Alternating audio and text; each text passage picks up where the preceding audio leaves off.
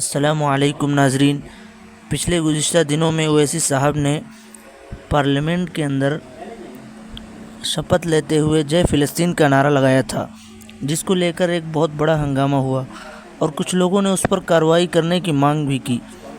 और वो ये सोच रहे थे कि ओवैसी साहब डर जाएंगे, लेकिन आज फिर ओवैसी साहब ने एक ज़बरदस्त बयान दिया जिसमें उन्होंने फिर फ़लस्तीन के मसले को उठाया, जिसकी वजह से पार्लियामेंट में एक बहुत ही बड़ा हंगामा खड़ा हो गया और बहुत ज़्यादा शोर गुल होने लगा। आप हज़रात की खिदमत में ये वीडियो हम रख रहे हैं, मुलाहिज़ा फरमाएं। और अगर ये वीडियो पसंद है तो लाइक शेयर ज़रूर करें। अहले वफ़ा में बहुत हक़ीर हो तुम, वतन का पास तुम्हें था ना होगा कभी, कि अपने हिर्स के बंदे हो बेज़मीर हो तुम। इज़्ज़त नफ्स किसी शख्स की महफूज नहीं, अब तो अपने ही निगहबानों से डर लगता है। डंके की चोट पे जालिम को बुरा कहता हूँ, मुझे सूली से न जिंदानों से डर लगता है। मोहतरम चेयरमैन साहब, मैं आज इन लोगों की तरफ से बोल रहा हूँ जो दिखते तो हैं, जिनके बारे में बात तो होती है मगर उनकी कोई नहीं सुनता। मैं उनके बारे में बोल रहा हूँ जिनके बारे में वज़ीर आज़म मोदी ने कहा था कि घुसपैठी है। मैं उन बेटियों और माओं के बारे में कह रहा हूँ जिनके बारे में मोदी ने कहा कि ज़्यादा बच्चे पैदा करते। मैं उन मासूम नौजवानों के बारे में कह रहा हूं जिनको मॉब लिंचिंग के ज़रिए मारा जा रहा है। मैं उन बेज़ुबान माँ और बाप के बारे में बोल रहा हूं जिनकी औलाद आज इस हुकूमत के गलत कानून के चक्कर में जेलों में सड़ रहे हैं। सर, मैं दस्तूर जब इस ऐवान में बन रहा था, संविधान बन रहा था, तो उस वक्त अलहदा वोटर लिस्ट और इंतखाबी रिजर्वेशन की बात आई, तो उस वक्त के हमारे फाउंडिंग फादर्स ने, हमारे बुजुर्गों ने, दोनों समुदाय के हिंदू और मुसलमानों ने फैसला किया कि हम इस पर राज़ी नहीं होंगे। बल्कि उन्होंने क्या कहा था हमारे फाउंडिंग फादर्स ने, उन्होंने मुखालिफत की थी अलहदा वोटर लिस्ट की और इंतखाबी रिजर्वेशन की। उन्होंने कहा था, I quote sir, it is the duty of majority community to ensure that minorities are elected in the representative numbers. BJP मुसलमानों की नफरत पर जीतती है और मुसलमानों के नाम निहाद मसीहा मुसलमानों के 90% ज़्यादा वोट हासिल करते हैं, मगर फिर भी इस ऐवान के दरवाजे नहीं खुलते मुसलमानों के लिए, और सिर्फ 4% मुसलमान जीत कर आते हैं। सर, संविधान सिर्फ एक किताब नहीं है जिसे चूमा जाए, संविधान एक किताब नहीं है जिसे दिखाया जाए, संविधान एक सिंबल भी है, मगर संविधान एक हमारे बुजुर्गों के ख्वाबों की किताब है।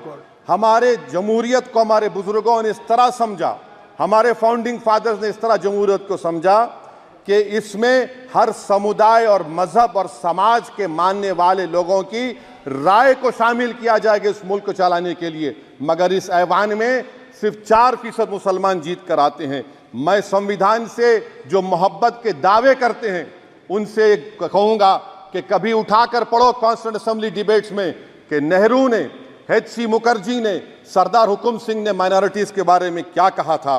सर, वतन अजीज़ का मुस्तकबिल कैसा होगा जब बीजेपी मुझे गायब करना चाहती है और दीगर हिज़्ब इख्तिलाफ की पार्टियां के लिए मेरा वजूद सिर्फ वोट डालना और अपनी खबर में जाकर सो जाना है। इसीलिए आप देखते हैं कि समाजी इंसाफ है सर कि 4% मुसलमान जीत कर आते हैं। सर, इस ऐवान में OBC समाज के MP अब अपर कास्ट के MP के बराबर हो चुके हैं। OBC समाज के MP अब अपर कास्ट MP के बराबर हो चुके हैं और 14% मुसलमान सिर्फ 4% जीत कर आते हैं। CSDS का डेटा ये बताता है कि इस मुल्क में जो वोट बैंक है, जो एक मुश्त वोट डालता है, वो अपर कास्ट का है। मुसलमान का कभी ना वोट बैंक था ना कभी रहेगा। सर, 4 जून के बाद 6 मुसलमानों की मॉब लिंचिंग हुई, 11 घरों को मध्य प्रदेश में मोदी के बुलडोजर ने निस्तो नाबूद कर दिया। हिमाचल प्रदेश में एक मुसलमान की एक दुकान को लूट लिया गया और हिज़्ब इख्तिलाफ की पार्टियों की तरफ से सन्नाटा है। शायद अब वक्त आ चुका है कि लफ्ज़ मुसलमान का नाम लेना भी अब उस पर पाबंदी आयद कर दी जाएगी। सर, मैं ये बात बताना चाह रहा हूँ कि नरेंद्र मोदी को जो मैंडेट मिला है। एक मिनट, आप लोग बैठ जाएं, कृपया आप लोग बैठ जाएं। श्री मनसुख मांडविया जी, आप लोग बैठ जाएं, कृपया माननीय सदस्य बैठ जाएं। श्री मनसुख मांडविया जी, कृपया आप लोग बैठ जाएं।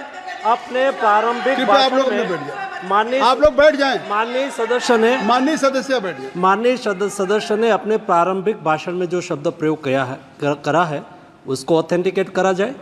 और अभी उन्होंने उल्लेख करा कि मोदी के बुलडोजर ने वहाँ मॉब लिंचिंग करा है, उसको भी ऑथेंटिकेट करा जाए। निश्चित तौर से इसको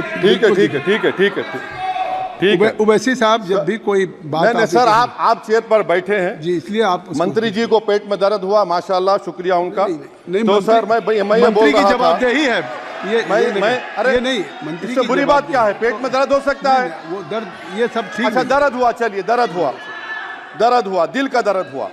तो सर, जो नरेंद्र मोदी को मैंडेट मिला है वो सिर्फ और सिर्फ मुसलमानों की नफरत पर हिंदुत्व की वजह से मिला है। I would like to say it is not Modi's in dock, but every single person voted him despite his anti Muslim voice.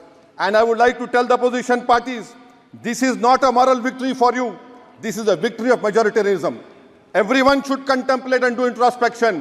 Why is it that the OBCs and the upper caste are getting their due representation? Why are the Muslims not getting? Are we here only to vote for you and not to get elected? If that is the case, please tell us that we are only here to vote for you. Sir, आज भारत के आधे नौजवान बेरोजगार हैं और रोजगार की तालाश, बेरोजगारी का आलम यह है सर कि मोदी सरकार के 5 साल में 75 लाख एस्पिरेंट्स की जिंदगी बर्बाद हो गई, 6 पेपर लीक हुआ। बेरोजगारी का आलम यह है सर कि रशिया जा रहे हैं, वहां जाकर अपनी जानों को दे रहे हैं। बेरोजगारी का आलम यह है कि नरेंद्र मोदी रोजगार का कैंप चलाती है, नौजवान